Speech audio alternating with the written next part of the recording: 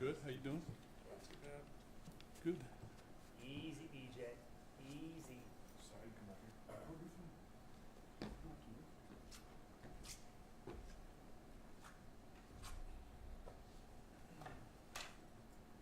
A light even.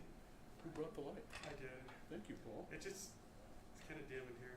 Yeah. They should have one of those like built-in overhead ones, like the like some. That'd be nice. I'm sure they can afford that. Yeah, I usually splash my, I think Here's your station Spartan pass for basketball. oh, thank you very You're much. welcome. So you guys get one, just kind of rotate it amongst you covering that game. Sounds good. Absolutely. Thanks for your help. Absolutely. Yeah, I usually use my bat light, but this is much better. Thank you. could go a little higher too.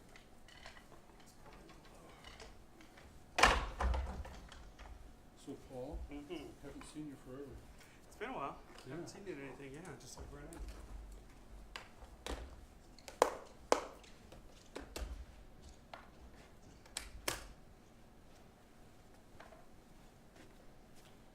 Anything new and exciting? Not really. Any fun stories? A few here and there. Good. Did one up at last week at the Avalanche Alley. I mean, it's obviously early, but they were kind of took us through.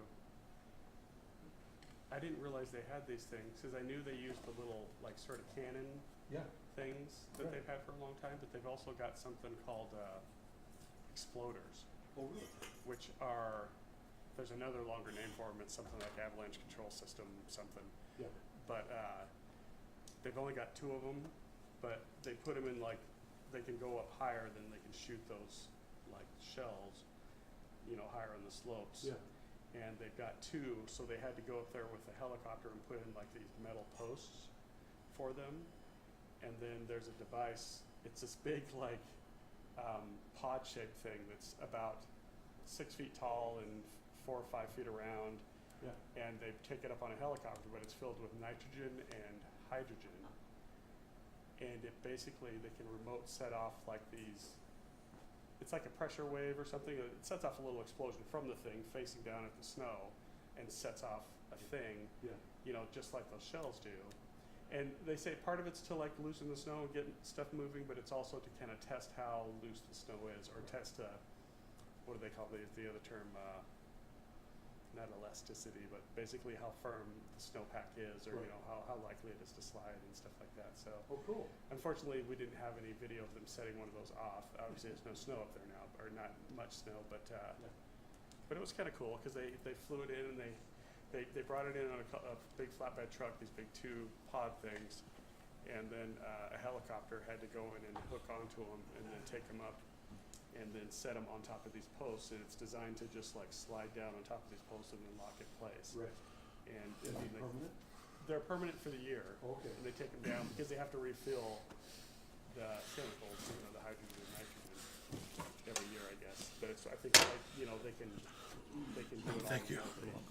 So yeah, so it was kind of cool. Just a little bit of a fun story, and it took longer than we thought because Always do. they were waiting for the helicopter to come from Twin Falls, and then the helicopter has to put on, you know, it has a cable, and it has this sort of upside down funnel thing that like locks on the top, and it was windy enough, and plus with the helicopter blades, it took them quite a while to get locked onto the thing on the back of the flatbed truck. Yeah.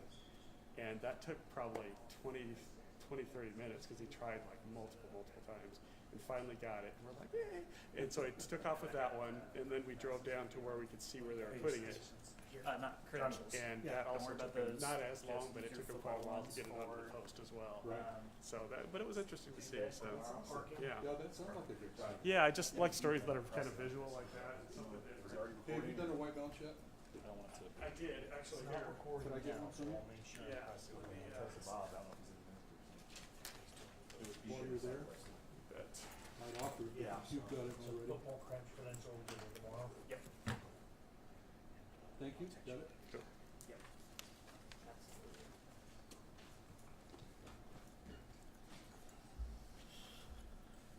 You've probably already done this, can I get an audio check too, to?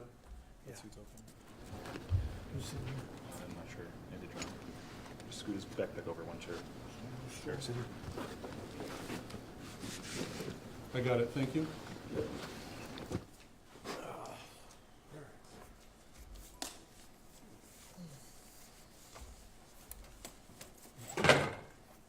You get it, Busy basketball starting. Yeah. Getting crazy, but it's a fun time of year. Yeah, it is. In May and June, when I ain't doing nothing, I wish for times like this. He called me. And just so you guys know, we're He's streaming fired now, up. so no cursing. He's got some great comments. Oh, we gotta clean it He's up. the one that gave me the statement. Yeah. Stanford noticed it right away. He said something about it.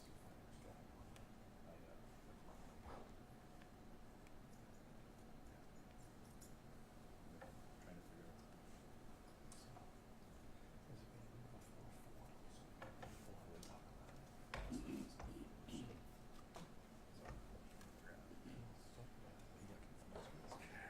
Yeah, I saw Doug Locksmith at, Payette, you know, when they were doing that, oh, for that, New Plymouth Meeting. Oh, yeah, yeah. And, boy, those poor guys, you know, kind of turmoil. Yeah, I, Healthy enough to do the show. Still from his house. I know. hey, Brady, I think I heard that he was one of the people they retained, Yep, but who got let go? everybody actually got let go. Ron's off And then they And then we had to re-interview, but, Yeah. Karen is, He has the same is birthday on as the I and, Dawn. Oh, he was a- right, right, And they're Absolutely. British reporters now. right. Yeah, I've heard they're not really doing like anchor intros on anything. That just seems Just short-sighted, but whatever. just weaving their, I knew they already recorded most of their stuff anyway, but yeah. yeah. Pretty Those crazy. two are on, I think, Steve is still there Yeah. doing his Idaho stuff. Right, right. I saw him a couple days ago. And then, see, what's the gal photographer? Yeah. Is it? Lynn, I'm always bad for her name for some reason. yeah, But it was her and AJ, right? yeah, and AJ said, Coming in from? Also, Hey he's Brady, not is there. Jay coming? Yeah. well, I don't know if he's there yet, gone yet. Oh, but no off day on the He birthday? wanted to reply. For him to stay, he has to be an MMJ. Oh. What's supposed to do on Friday? Who's this? Lustro. He's done some stories on his own, I know. Yeah, he could do it. Yeah, or on-camera stuff, yeah. I mean, everybody can shoot him, but yeah. Actually, Johnny, let me squeeze two next to Cody's you. gone, Yeah. I know, man. Matt, You pain in the ass, I'm Crazy. sorry. I mean, I feel very lucky. Or we I won't are- feel special. I mean, we've had issues over the years. I won't but feel nothing special if I can't get that Andy's eye extreme. contact, you know what I It's mean? crazy. yeah, that's I a feel good like, thing. Yeah. is this you? Or is this No. not? You guys too, Well, you know, yeah. I think you're right, you know, Robert Johnson. in the social media context, Yeah, but, yeah. But I mean, I don't know what their profit thing is, but and I'm not an expert, I don't know all the numbers, but I feel like money-wise, the majority still comes from television, like online. 39 now? It's grown 40. tremendously, of course. Today but is it's 40 now. Today is still 40. doesn't compare to the online, or the on-air advertising, I don't think. yeah, I just thought I it mean, was I'm sure it's slowly changing that way, but premature like- to do away with that. yeah, like most of the money still comes from, television. Basketball tomorrow, man. Yes, yeah. sir. But who knows? I know, you know, with Exciting our game national against bet thing, School I never heard of before. and, Yeah, we're looking neither. at regional anchors and those Chico something, Kelsey. solutions, Right, that- right. you know, I can see that, but, Yeah, you know, like right now, we're doing Lewiston, right, I thought heard it was that just selling. started, right? yeah, Says one of the Yeah, I top heard that. you know, Christian. Tri-Cities, we're doing it. Are we still in it? Does IA? they still have somebody up there Another non-division. doing stories, right? Yeah, Yeah, so we have a sports reporter and then, you know, a couple of reporters. but they don't have their own broadcast anymore. Nope, it's from Boise, we actually. Bob, do you want to stay? Yeah, I did, I'm sorry, I didn't know that What about Twin Falls? Do they have a, Nope, so it's all you guys now too? oh, no, Twin Falls, is still there, Okay, but I think that will change. yeah, You know, I think Twin and Idaho Falls will Right. both kind of be out of somewhere where there's more season. hopefully, I mean, Twin Falls is a small market, but hopefully, like, I don't know if people can tell, they've still got stations. It's such, like, we can't get over there to cover. Right. I mean, and it seems like, I don't know, but I feel like their stations are pretty strong over there, so that size market, I think they do pretty well, but who knows? You can never tell. I mean, when ownership gets an idea in their head, they just like It's always, blanket thing down, and it's just like, yeah, well, it'll be interesting. yeah. I know that the whole thing where there's like a center market and then like sort of satellite or bureau markets, like they've been doing that in some places in Oregon for a long time, and Montana for a long time. Yeah. But yeah, I'm sure it is a cost saving thing, but yeah, who knows? So Coos Bay and, what was the other one, Roseburg were both out of, It's G. yeah, You know, I think I remember they asked. K's not here. And then I think like was it Missoula, and then they had Helena and I can't remember the other towns. That were sort of like did the same thing. It was sort of like they had their bureau there, but they did like second segment stuff was that mark or something. Right. That's the way they used to do it anyway. so it's not new, but it's Yeah. should be coming a trend. Yeah. What's up? But the whole not having acres, that's a different. What's Lincoln? It's my birthday, yeah. That's different. Oh, happy birthday. Thank you. The big ugly 4-0. That'll be interesting. Like when I'll be there in a little over a year. What's that? that'll be interesting when there's Great. like breaking news situations or stuff like that. How's that? Yeah. Are they gonna try to just do it from the field, or are they Oh, gonna it is like mine. step on the desk at that point, or I don't know. Exactly. Crazy how time flies, huh? Well, they'll It's probably, nuts, man. put their story up as soon as 40, it's 40 years old with a Yeah. 2-month-old. Just Like do it it's, as a standalone. But I wonder if they just like not even try to I do was- a lot of I stuff saw or the- something. I don't know. the most like disconcerting Who knows? thing. Some like random reel on Instagram was like for parents of children that were born in 2023, they're gonna graduate high school in 20 whatever, and they'll retire in 2088. And I'm like, yeah, Why are we doing this? My mom likes to mess with me because she was 37 when she had me, and I was her 9th kid. really? Wow. And I'm 36. You're one of now. 9? Wow, Yeah. dude. Oh, my wife is the youngest of 9 too. Is that right? Wow. Interesting how that works out, bud. Yeah. Yeah, no, she gives me crap though because I'm 36. So she's like, I was done having kids, and I was like, okay, you'll get your grandkids eventually. Just chill.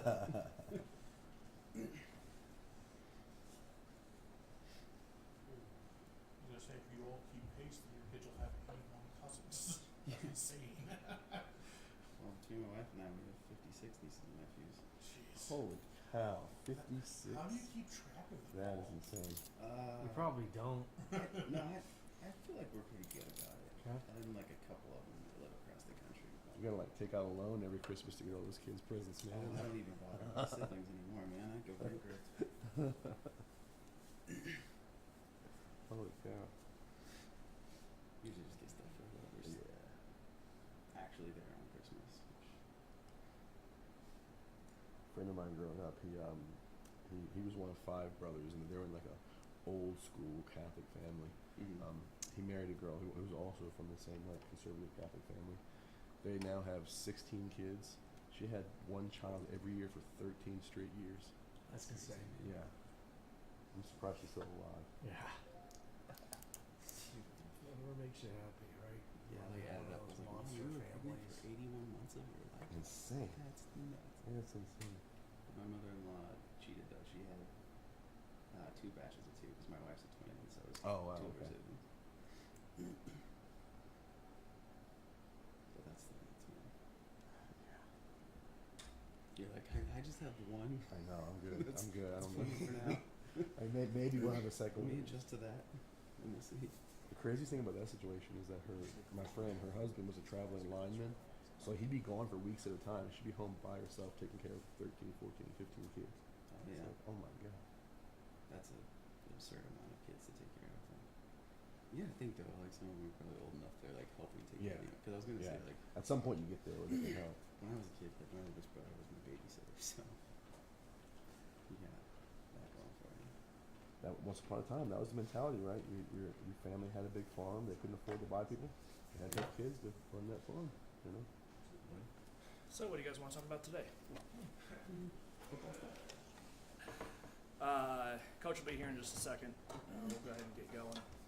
And then we'll have the coordinators. We are going to try and push the coordinators to a little bit shorter time because they're part of the Wow Smith luncheon at 12:30. So If it feels like I'm kind of wrapping it up a little bit quicker today, that's because that's the reason. We've got a home game back here on the Blue Saturday night at 8 o'clock on FS1. Announcers are Guy Haberman and Charles Orbuckle. They will actually be in the booth. They're coming to Boise this year, not broadcasting remotely. So we're excited to have Fox Sports 1 here in present at Albertson Stadium. 8 o'clock-ish kickoff, expecting a slide. Haven't got the official time and word on that, but we're expecting a 5-minute slide, so probably an 8:05 to 8:10 actual kick, and as soon as we get that information confirmed, we'll let you all know.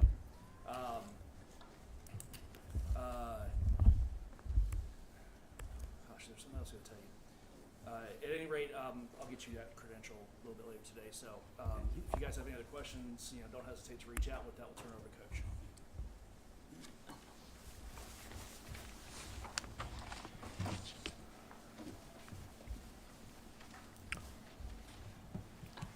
Squared away? All right. Well, thank you guys for showing up a little bit earlier today. We have another event going on just shortly after this, so thank you guys for coming, half an hour early and spending some time here, talk some Bronco football. Coming off of our last game, we are very proud of the way the team fought, all the way to the end there, to the onside kick, as we talked about afterwards. As usual, it's good to get back on the field and move around and do some things. Yesterday, we didn't do a whole lot because we got home pretty late Sunday morning, but we had some pretty productive meetings and was able to recover some things coming out of the last week's game as we move forward into this week. And as we spoke about afterwards, the focus and the priority is to be 1-0 this week as we get to play a home game here on the Blue, late night game Saturday night with an opponent that is, they've been in some really tight games and some similar situations to us in terms of playing one possession games down to the end. They've done some really good things on offense and has a defensive structure that always presents challenges. So we've been focused on that last night and early this morning as we move into this week. Coach, you've mentioned a couple times that Mad Dog has been more efficient on passing downs and in third downs. Yeah. What specifically is he doing to be more efficient in those areas?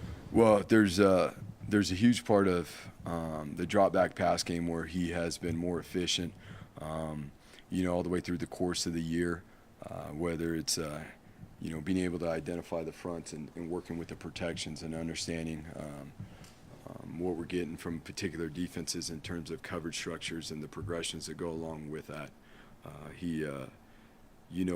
Last week, we threw the ball for more yards than Fresno State. We rushed the ball for more yards than them. Now, there's certain things that, as a team collectively, we can do better to put ourselves in position to win our next opportunity. Andy, with the news about EMAC coming up today and obviously Steph's injury in the last game, how deep are you guys going to have to dig in your receiver room now? Yeah, but in the last game, we got to see Chase Penry come back, and jump in there and make some plays in some critical moments, which was awesome to see. And him as well, he was a starting punt returner prior to going on the shelf. And then it's an opportunity for Prince to really step up, who's come in the last couple of games and made some plays. And, with Billy and Shea, Cole, and getting guys an opportunity. We talked about it last, at the end of the game, about being able to spread the ball around and getting some guys, younger players like Prince that it's starting to come along, getting guys like Chase off, the injured list and getting Billy, getting Shea back. Shea's been on the shelf for a couple weeks now too, and he's looked really good running around, had a really great week of practice last week. So we're excited, about that. Where can Austin Bolt's role evolve to with the opening and the receiving? And that's a huge part about it too, right there. Speaking of that, that's the between him and Prince have had experience playing that position, and so Austin in the last couple of weeks has really come on, had a big catch in last week's game, and so as Austin and Prince will be the primary guys over there at that position as we move forward. I guess I'll just just ask, what are your thoughts, or can you say anything about Eric deciding to transfer at this point in the season? Yeah, I mean, obviously it's a part of college football right now is to go in the transfer portal. You know, there's teams that are enticing people to do such things like that. It's the nature of the beast right now. Is it right? It's not right, but to each his own, and they're going to make, you know, as we said when we left the locker room after our last game, is that, you know, those that we're going to be all in and we're going to move forward and we're going to work together, and it's going to provide opportunities, and guys are going to thrive down the stretch here as we go. But it's, again, it's the nature of the beast when you got guys who, you know, are approaching 1,000 yards over the course of the season and, you know, walk out, you know, because of other opportunities.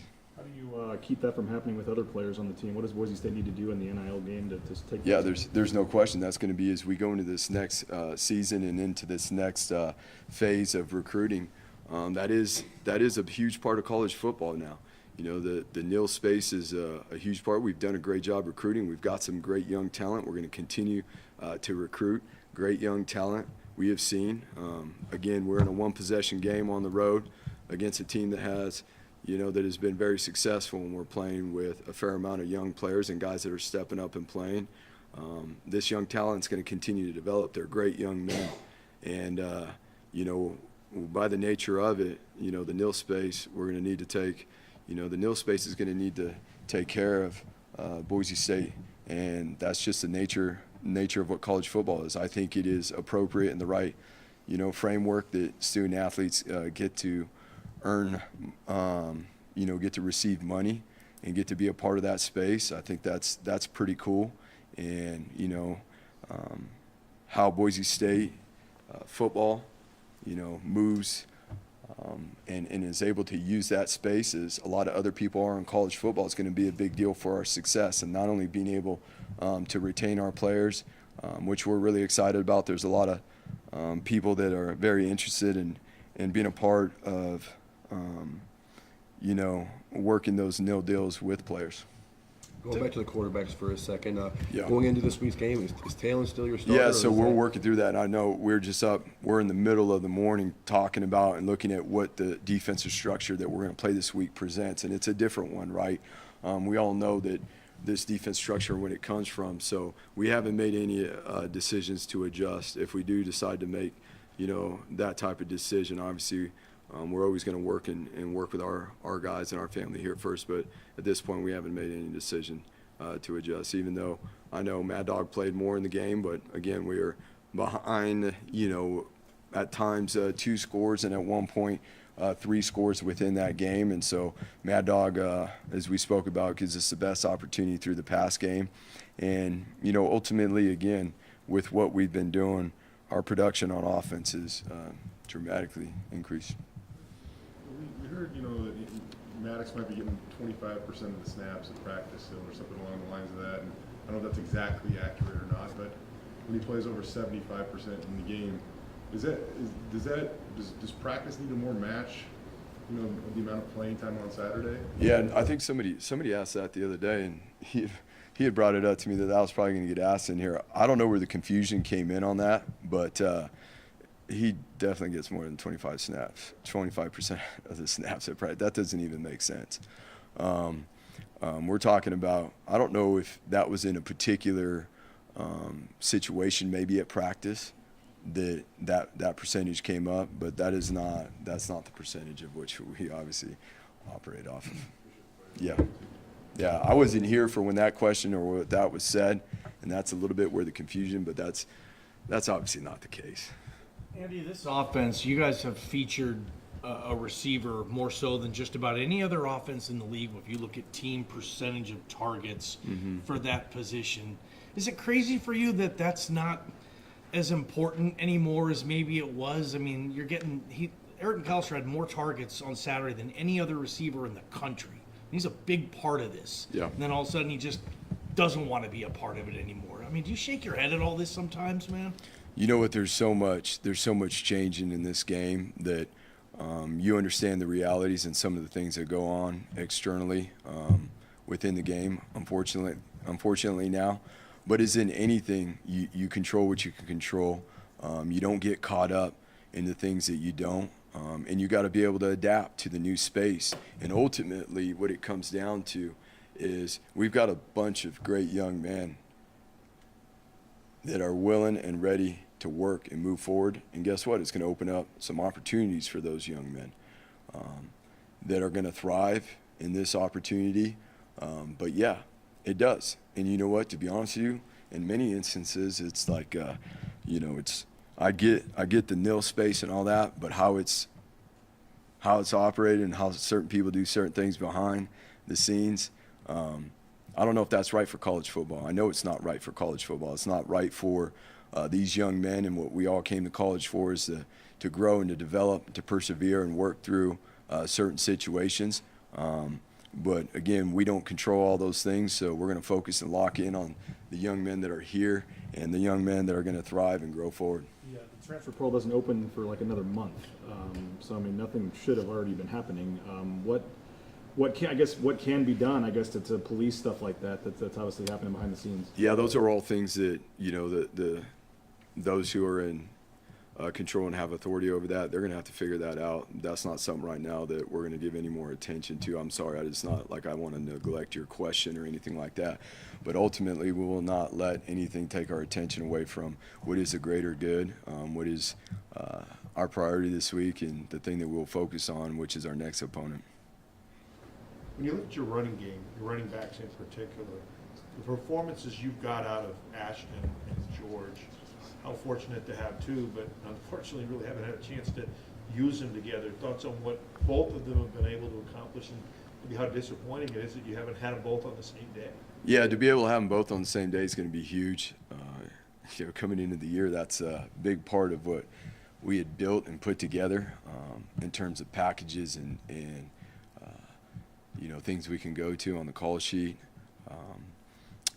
But that does speak to, again, as we've spoken about all year, the growth and the development of our offensive front, our O-line, our tight ends, and the wide receivers' willingness, to block. So there's tremendous positive there, and we will continue to make sure that that's a priority for us in terms of being able to run the ball, being able to use multiple tailbacks as we go down the stretch here, and you get towards the end of the year. It's not just us. It's football. So everybody, the wear of on players and stuff, but especially at that position, I feel like that's one of the things that we've been able to do here at Boise State is recruit multiple tailbacks and be able to play multiple tailbacks to take care of them and make sure that they're impactful and in a position to be productive. I didn't get a chance to ask you after the game, we forgot to, but the fake punt you guys were able to execute there with the pass for the first down. 4th and 12, obviously a big spot in the game. I think you got a field goal out of that to make it a one-score game. What did you think of that play, and what went into that? Yeah, the fake punt was huge. I mean, that was a point that we needed a spark. We needed momentum. We needed the ball, and again, the coaches, we were able to identify something in there, and through the course of this year and last year, and we were able to capitalize on it. And it was actually a situation where we knew we were getting the look, but it's a matter of what one particular individual on the other team was going to do and whether he was going to cover Jaden or not. And so James did an unbelievable job executing it and seeing it through.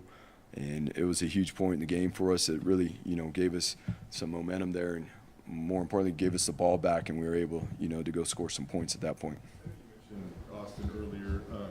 He kind of had an unfortunate comeback from this injury or setback, I know, but how much is he capable of doing right now if you need him to do more? Do you feel like he is back at this point, or I know you guys are pretty diligent at times about how you reintegrate players coming off injuries? Yeah, and what's best for one person, is his circumstances and his scenario, and that's what we care about the most. We care about him having a quality experience as he works back in and has an impactful experience. And so there are some things that we got to be very mindful of with Austin as he jumps back in there. So he is going to be, a part of the mix now, and he's ready to go. But let's all know we got to be very smart about how we do this in terms of taking care of his body. As he works back in, he got in the last game and made a nice play, which is awesome to see. we all felt pretty confident that last week was going to be the week when he got his first catch and he was going to be able to do something. And he was, about a yard from staying in bounds on a stiff arm and scoring a touchdown, which would have been awesome for him, given all the things that he's been through. And we just want to see him continue to grow and have fun and thrive, and the rest will take care of itself. What's his recovery? What had that been like? Just kind of talk about the work he put in to come back from such an Yeah, I mean, injury. it was over, it was more than a year, and there got to a point where there's been a few points where, let's just say, like, he was ready to progress and actually get into actual football play, and we had some setbacks. And so we had to slow some things down through the course of the summer and then again in fall camp. And that's why, just so everybody knows, like, yes, we want Austin to be in there, but we're going to do right and make sure it is at the right pace and so that he can have an impact, and we do it the right way. I know we asked you about him briefly after the game, but Jonah, and just what he was able to achieve. And when I talked to him last week, he also said that Brotzman came out to practice last week and told him, like, there's nobody else he'd rather break his record than Jonah. How cool is that to see Kyle out of practice supporting Jonah? Yeah, that speaks to the brotherhood, right? Kyle come out and see Jonah and spend a morning, watching practice and hanging out. And obviously Jonah's done a lot in this program, and Jonah's been awesome, not just in terms of what he's done on the field, but who he is off the field, and just to see him, mature and grow as a young man. A young man that came here off a mission and has now gotten married and is doing things, not just on the football field, but growing and maturing and becoming the man that he's been called to be. Seems like it's been forever since we played New Mexico. That was week 2 last year. So what do you see in them? What do they do best? Give us a little bit about what the Lobos do. Yeah, so they're a balanced offense. Number one, their offense, on film, as we've looked at it last night and been able to see it too as we played common opponents throughout the course of the year. As you get in the conference play, you start to watch each other. But their offense has been balanced in terms of the run game. Their offensive line has done a really good job this year, not only in the run game, but they've protected the quarterback about as good as anybody in the league.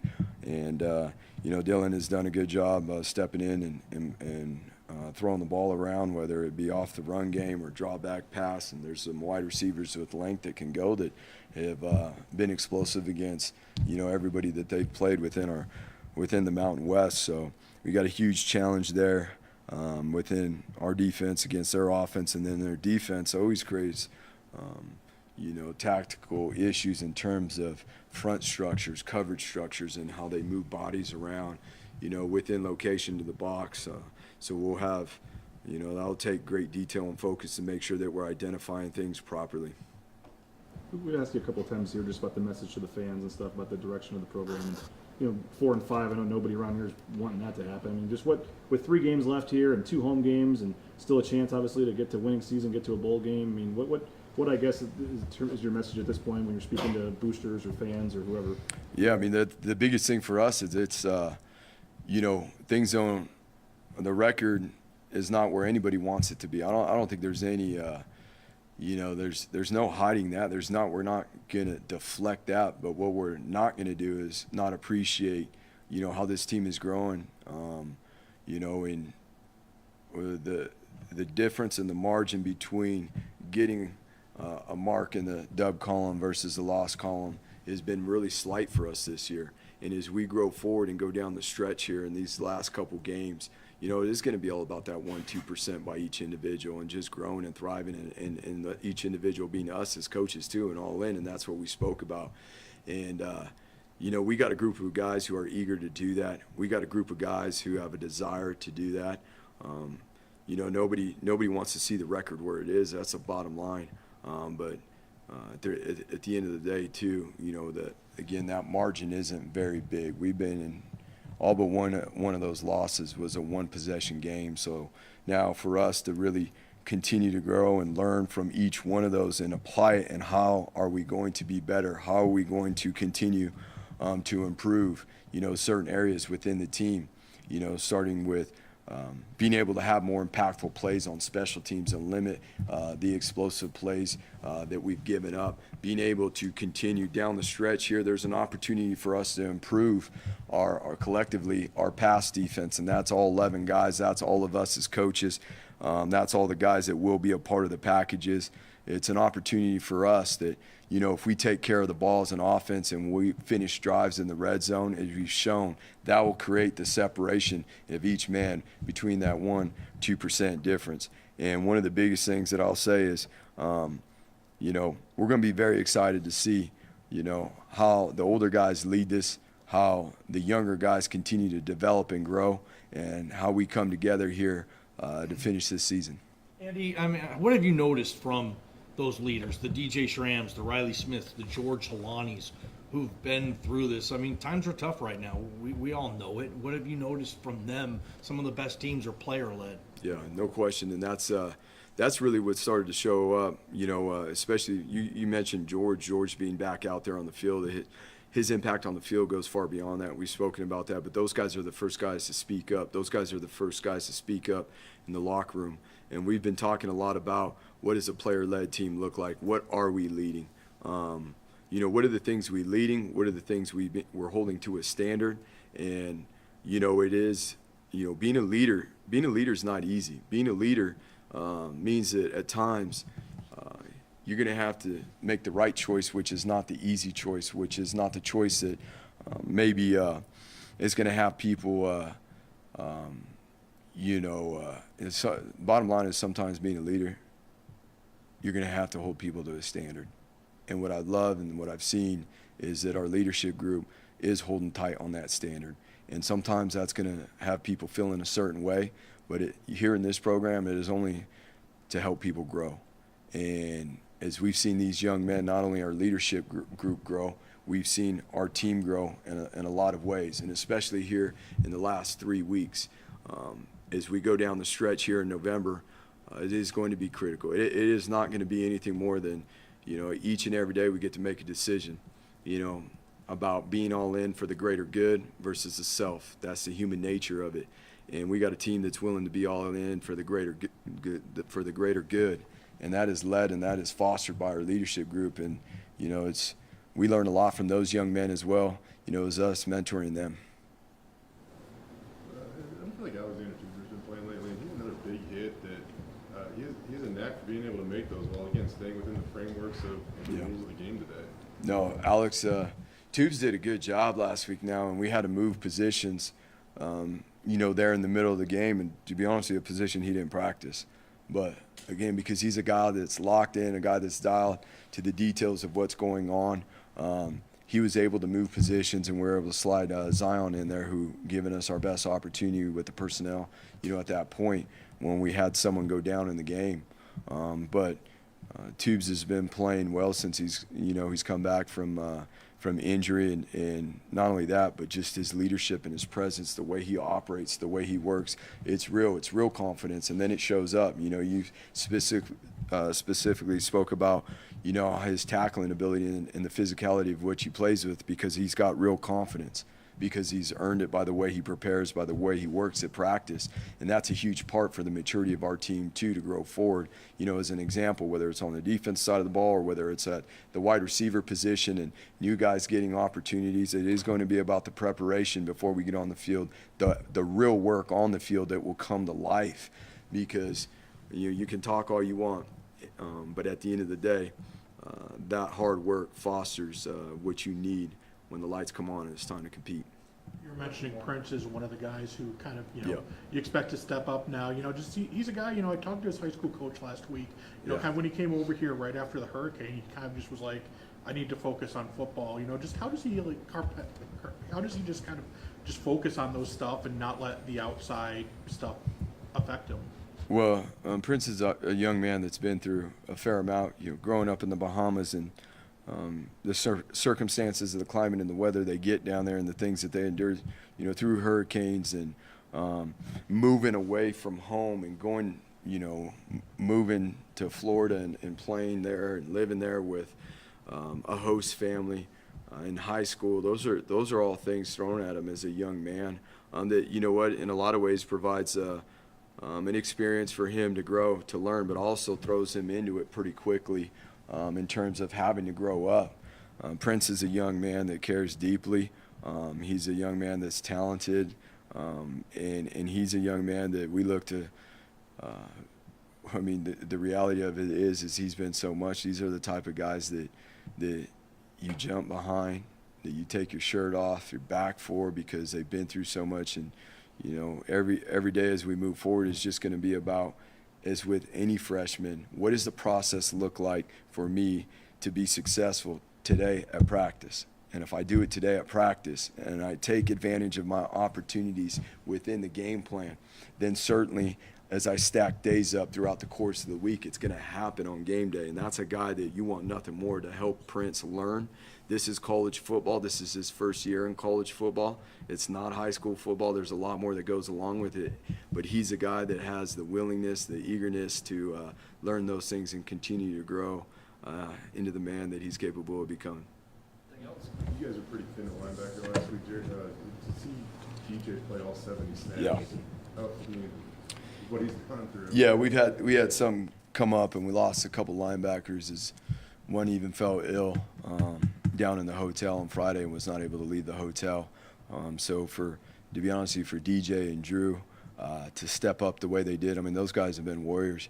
You know, as Drew continues to grow and learn, you know, to be an impactful player on the field, but that leadership that comes along with it, that I know he's learning from DJ as well as from the coaches, and what that truly looks like to be a middle linebacker, and how you carry yourself, how you prepare, and how you lead the fellas on the field.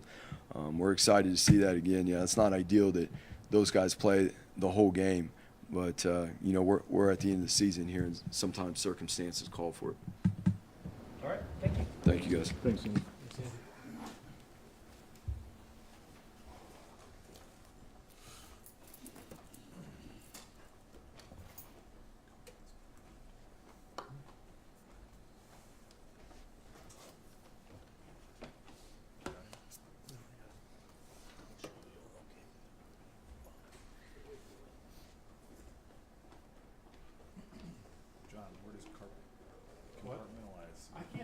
I don't know why I can't say that word. I know. Yeah, I struggle with that word for some reason. I'm gonna stop trying to say it. What's up, guys? Congrats again, BJ, on the win. Big deal for the Jayhawks. But appreciate you guys' time, always on a Monday. You know, very disappointed in not winning that game Saturday for Bronco Nation, for our fans, for our community, but you know, especially for our players. The amount of obviously work that goes into prepping for those games for a season, and as you guys can see right behind me, obviously our goal year in and year out here at Boise State is to win a Mountain West championship. And we knew going into that game how pivotal that game was. Also playing Fresno State, being a big rival. But obviously the implications of that game for the championship, you know, breaks my heart that we weren't able to get that win for our team, for our players, for this community. So obviously a lot of things that we need to grow in, continue to grow in defensively, things that we knew from the bye week that we did better against Wyoming, a la tackling, winning third downs. We did not do as well, obviously, on Saturday night. So we're looking at, okay, what were some things maybe we missed from practice? What were some things that we didn't adjust to as well in games or in the game? Because those were two things that showed up a lot. There's multiple third downs, 3 to name, just thinking of them off the top of my head, where we have 2 or at least 3 guys around a ball carrier with 4 or 5 yards to go to the sticks, and we miss that tackle. We get cut back on, and you can't lose those third downs in a game like that with the offense we're playing. Pressure on the quarterback. We weren't able to get it consistent enough to start the game. We were able to get it more as the game went on, which helped us. But then it's also holding up in coverage that we were not able to do as consistently. So obviously you guys saw it. You guys were there live action, but just kind of giving you guys my quick thoughts on it before we open up for questions. So, but obviously first and foremost, just disappointed obviously not getting that game for this community, for our players. Breaks my heart because that's all the work we put in is to win a Mountain West championship, and not being able to win that game is a big deal. With with what DJ's been kind of battling through, sounds like you guys had a linebacker that was sick too, but for him to play all 70 snaps, what does that say about him? Oh man, I mean, you talk about a guy that is extremely banged up and finds a way to not only play the game but continue to play relentlessly. Obviously, he's not able to do some of the things that he's normally able to do. That's just the reality of when you're banged up and injured. But he finds a way to play at a very high level in regards to how he pursues, how he plays violently, how he communicates, with still knowing that he's fighting his tail off. I mean, like you said, we had a linebacker that got sick before the game. Marco wasn't able to play the game, getting injured. So there's just some things that happened from Wyoming to kickoff that put DJ in a situation where he went from having to play 20-some snaps to playing 70. And you talk about an absolute warrior that embodies the blue-collar toughness that we want to obviously be in every single one of our players, every single one of our coaches. I mean, that's DJ Schramm. For you guys overall, I think there were 7 guys that played 66 out of 70 snaps, and we could focus on the linebacker spot, but that is a lot of snaps. Yeah, at the it is. college level. It is a lot of snaps, and right now, obviously, we're working to find ways to build more dependable depth. So in these critical moments, in these critical games, we can be able to rotate guys more. But the reality of it is at this point in the season, we got what we got. And we got guys that are working their tail off to earn the right to get more reps, because that's the biggest thing we tell our guys is just because you're maybe number 2 on the depth chart doesn't mean you've at this point deserve the right to play in games, deserve the right to uphold this standard. And so that needs to be shown in practice, which then will give us as coaching staff and the brothers next to them the trust to go on the field, because that's a huge part of it too, is if you haven't done enough in practice for your teammates to trust you, me as a coach, I got to make sure that the guys that go on the field, when they look to the right and their left, they know that these guys with them can communicate and do their job so you can win these critical moments. Because, which again, very different than the offensive side of the ball, is things aren't dictated for one person. It's how we're only as strong as our weakest link. 10 guys can be doing what they're supposed to do, one guy not, and you can be exposed, and you can't, there's no redos. And so it's building the depth as the season goes, especially going into week 10, because playing 70, 60 snaps, especially in the front, and I don't care what position you play, it has its wear and tear on your body. And so we got to continue to find ways to build more dependable depth. But right now, with guys that are injured, guys that are out, we have what we have, and it's enough, and we got to find ways to continue to get guys to continue to grow. Third downs. I remember one of them, there was a really bad spot, but some of the third downs, that the last drive when they got the ball back with 4:40 left after you scored, you got one chance there. It seems like that's been maybe all season one of the bugaboos, just when you guys need that big stop, that big drive. I mean, is that why this year has that been? That's kind of been a staple of Boise State defense to make those plays. I mean, is it just the young players we're talking about, or why do you think that's been so critical this year?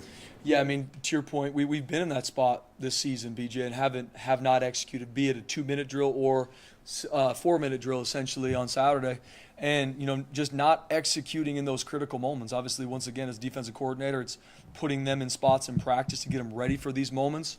How are we going to be attacked from an offense? If it's a 4-minute drill where they're trying to kill the clock, or is it a 2-minute drill where we are winning and they're going to go try and get down there and kick a field goal or score a touchdown, win the game?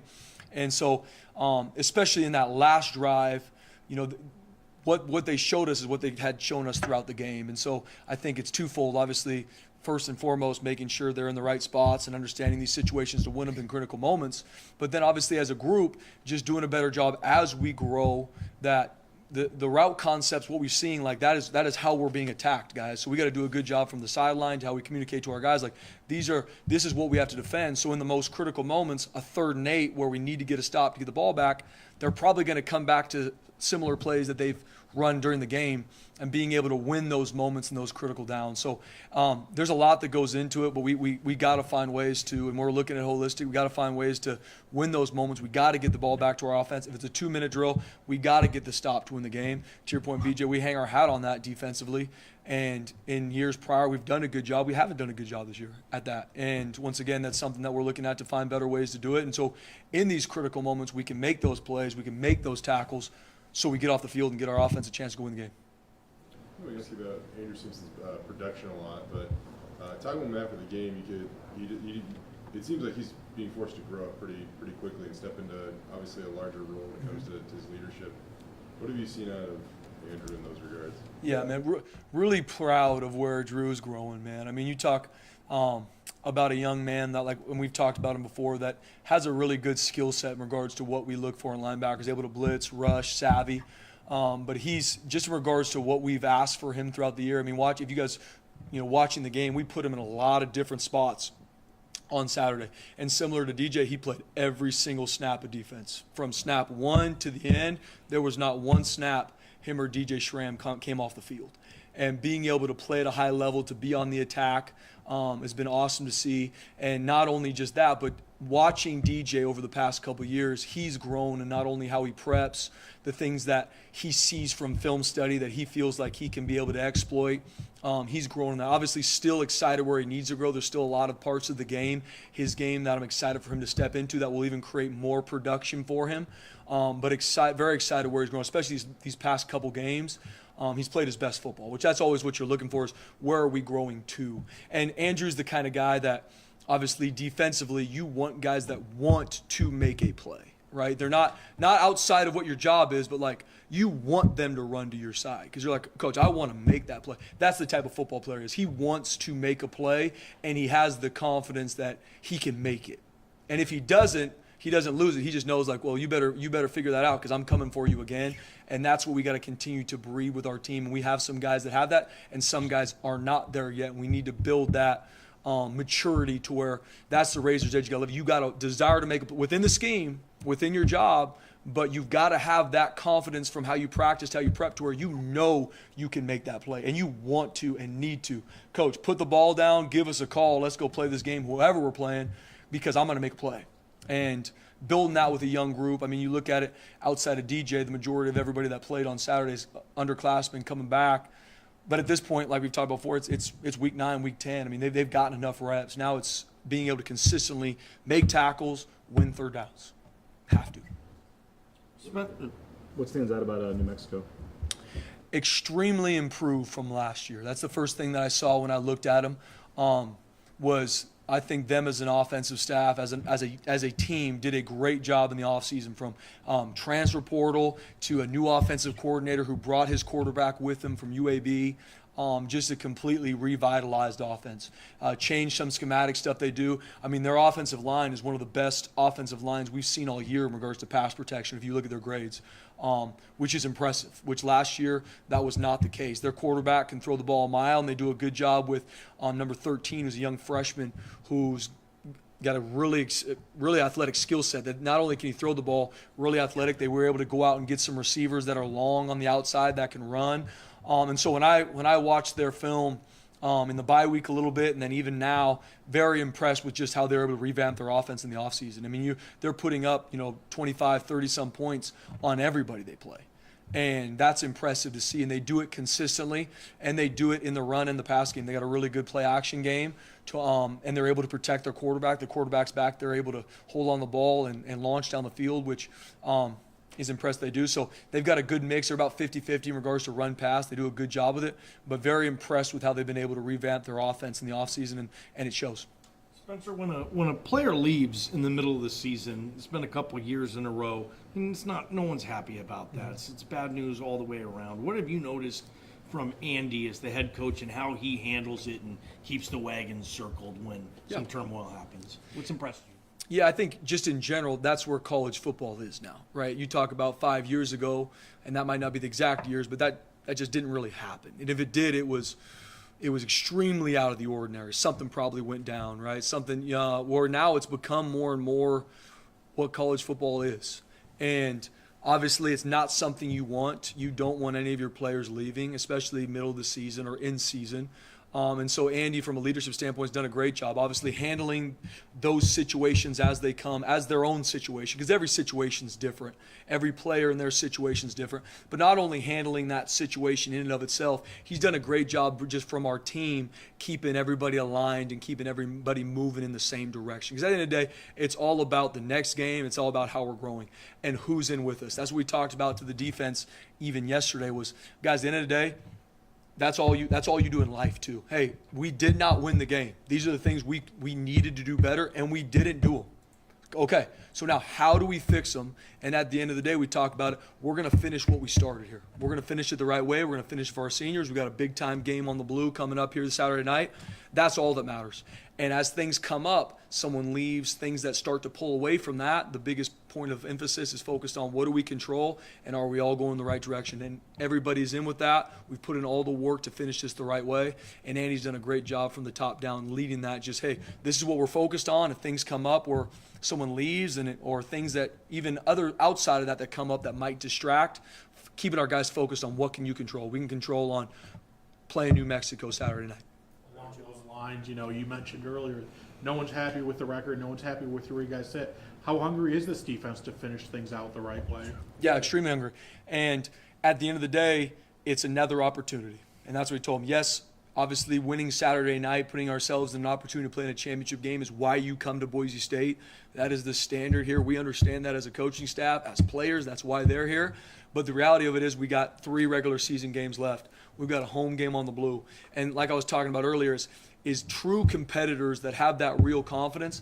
It doesn't matter where you're playing, who you're playing, coach. Put the ball down, give us a call, and let's go to work, and we're going to play with our brothers next to you. And we just want another opportunity to play together and play well. And so our guys are hungry. We do got a group of guys that are excited to grow. There's some things we did Saturday night that we grew out of that kind of showed up a little bit that we got to make sure we get fixed, and we will. And we will. And our guys are excited to do that. And the fact of it is, like we've talked about, yes, we do have a group that's young, that most of them are all coming back. There's a lot of snaps in that game where all of them are coming back, but it doesn't matter at this point in the season. We've all gotten reps. There's a standard with which we need to play good defense, and we didn't get it done consistently on Saturday against Fresno in critical moments. We lost the game. Now it's our next opportunity, which is New Mexico Saturday night. I know that how you guys work on tackling has evolved over the last few years. Oh, yeah. In football in general, but going into week 11, game 10, how do you improve that or work on that in season, especially when you're so banged up and things like that? Yeah, you got to be very intentional with the reps you get, Jay. So the reps we do get at practice, we're not taking anybody to the ground in practice, but the reps you do get to get a wrap on a body, they're less than they were early on in the season, but we are still going to get some, and we have to be extremely intentional to get that work. And then in tackling circuits and drills and in individual situations, making sure our guys are in the same tackles they're going to see in a game. So if it's once again, a huge point of emphasis from Fresno State, one of the ones BJ's talking about, we got 3 guys tackling 1 with nobody blocking them with 5 yards to go. We have to maintain our leverage. If I'm an outside in player, you have to stay outside in and not just try and run. Like we didn't do a good job of that on Saturday. So that's going to be drills we're going to work in practice to make sure guys understand their leverage. Now we're not taking guys to the ground, but if I keep my leverage, my body positions the way it should be, then at the end of the day, the violence of it that's going to happen in a game usually can take care of itself if your body's in the right situation and you're using your help so that we can not only win those third downs, we're not playing 2nd and 2, we're playing 2nd and 8, which just to re-hit some other things on Saturday, that's another part. We did a good job stopping the run, but where they were able to get the extension of the run game was the RPO to the perimeter, where instead of tackling it off for 2nd and 8, it was either a missed tackle or a tackle that wasn't a positive angle tackle, so it turned into 1st and 10 or 2nd and 1, and then you're behind the chains and you're consistently working to catch up. All right, thank you all. Appreciate you guys. Thanks, fellas.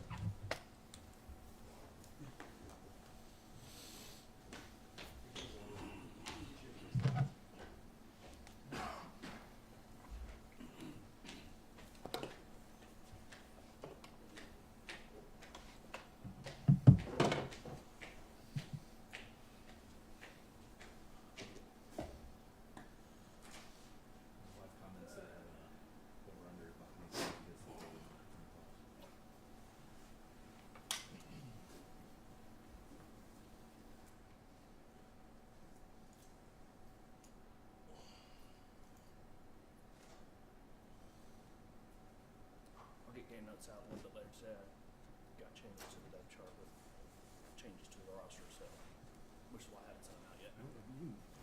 Ben Julie still wasn't listed in the last one. Yeah. Fixing that.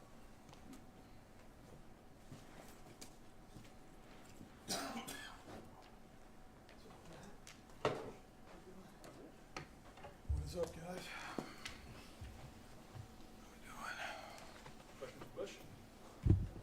What's the offense this year has gone through Ashton and EMAC, obviously EMAC's gone now, Ashton, don't know what his status is, how important is it to find new guys now I guess that's, might be an obvious question, but how important is it to find new guys that you can run the offense through now?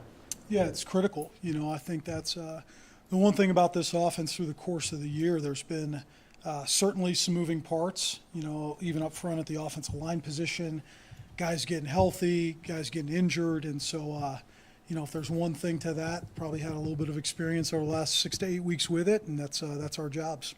What kind of message does that send when someone like EMAC decides to leave at this point in the season?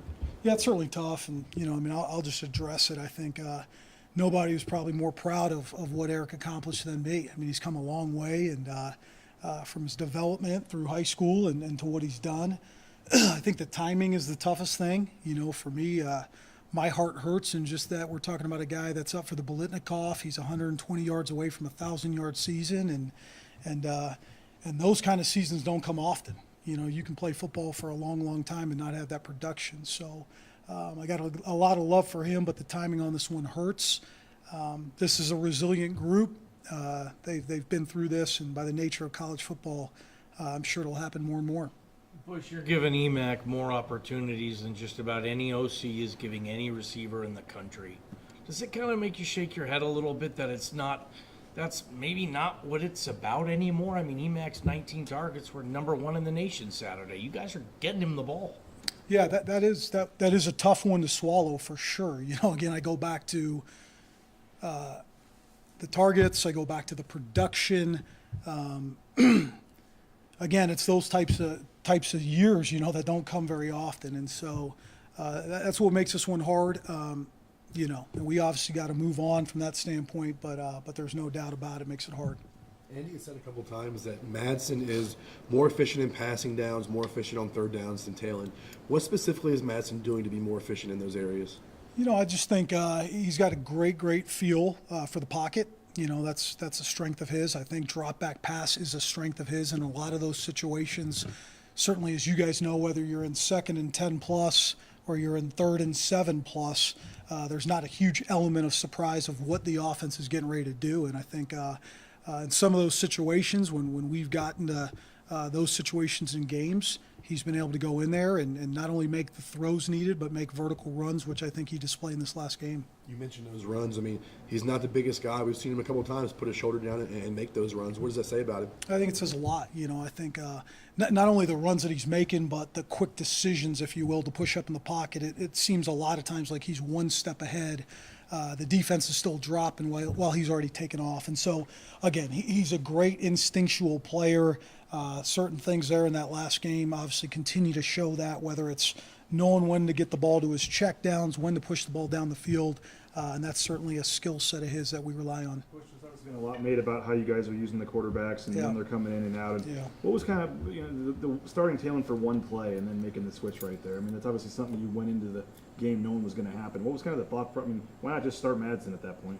Yeah, there's probably a little bit of both, just out of pure honesty. So much respect for what Talon's done, for what he represents, and in a lot of ways too. Like we were planning on starting with a mid-zone read. We felt that was the right call. We had done it twice earlier in the year and created an explosive play out of it. So maybe there's a mixture of that. Obviously, the way the games have been turning out, Maddox has been out there more. So I'm not trying to avoid that question by any means.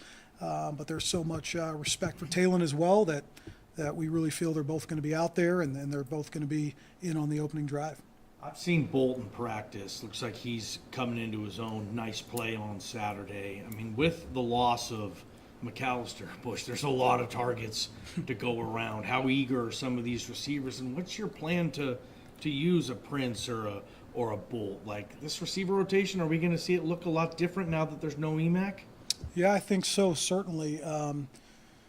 We're certainly excited about what Austin can do. I think the tough part is, and you guys understand this, is like these are guys that have been out for a long, long time, right? So for us, it's like they're back.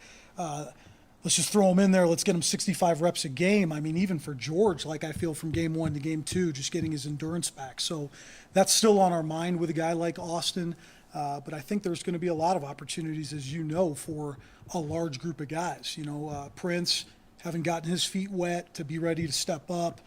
Billy Bowens is going to have that chance. Chase Penry is back and healthy. Shea is in the mix. So, again, we're really going to rely on those guys as a collective group, if you will, to carry that load. How deep is this receiver room going to need to go? I mean, especially because, I mean, even Steph got hurt in that Fresno State game, and we don't know what his stash will be. Yeah, it'll be relatively deep, you know. So, again, Matt Miller's done a great job all year. He really has, and the development of those guys.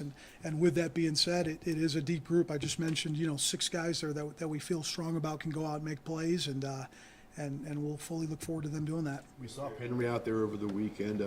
What do you envision as his role in this offense, and what value does his experience add to that room? Yeah, it's huge. You know, Chase is one of those guys that I keep using that term instinctual, but whether he's inside, whether he's outside, he knows how to play the game. I think whether it's blocking, just the intricacies of route running, the toughness. So in a lot of ways, he's a guy that's a glue guy for us, if you will, in that room. We can put him in a lot of different positions. He's extremely sharp, and he'll be critical for this game.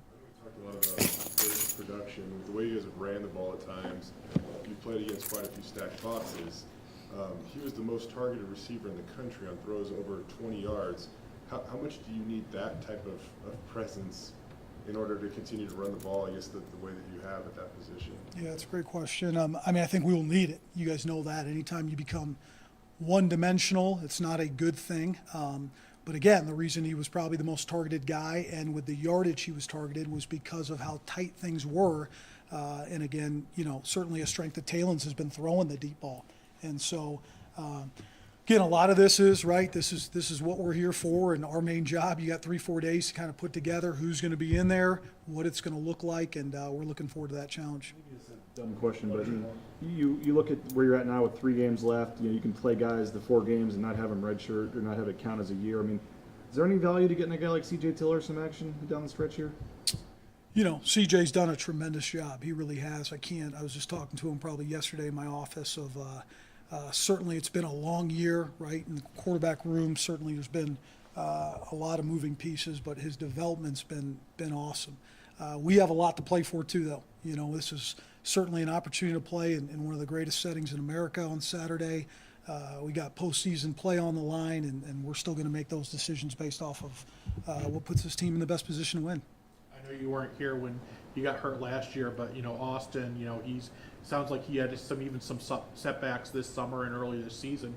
Just to see him get back in there and see him make his first career catch, you know, how nice was that for you? It's awesome. You know, I think that's the beautiful thing probably of this experience away from the games is the struggle, if you will, and the ups and downs that a college athlete has to go through, and his resiliency to get back and keep chipping away, get his body right, get himself in the position he's in now is something I think I'll always remember him for, and I think something that he'll remember for a long time. A couple of cuts or spin moves that made you go, he might be back. Like, I felt like in that first game back, like, he wasn't quite as explosive as the guy we've seen. And how close do you think he is? And did you kind of watching him see those moments against Fresno? Yeah, certainly there was that one spin move that was really, really impressive there on the left side, and I do that's I think the biggest thing is naturally for all of us. It's you see a guy get back and you just expect him to be in that midseason form, if you will, and so I think each game that goes by, you're going to continue to see him look more and more maybe how he's looked in the past, but he's another guy that's done a tremendous job getting himself back and ready for this game. Bush, on the kick return, were you guys in the elevator coming down? I mean, I know how the coaches run to get. Did you even see it? I had been walking out the door and just kind of heard the noise, so naturally. But it was one of those situations, especially too, because I think the score at the end of the half, and then we were up in the second half. So a lot of times, you know, offensively, you're hurrying to get down there to put the second half plan together. So. Coach, you got in the punter into your room? What's that? Just another quarterback, another QB. So. All right, thank you all. Yeah, appreciate you guys, man.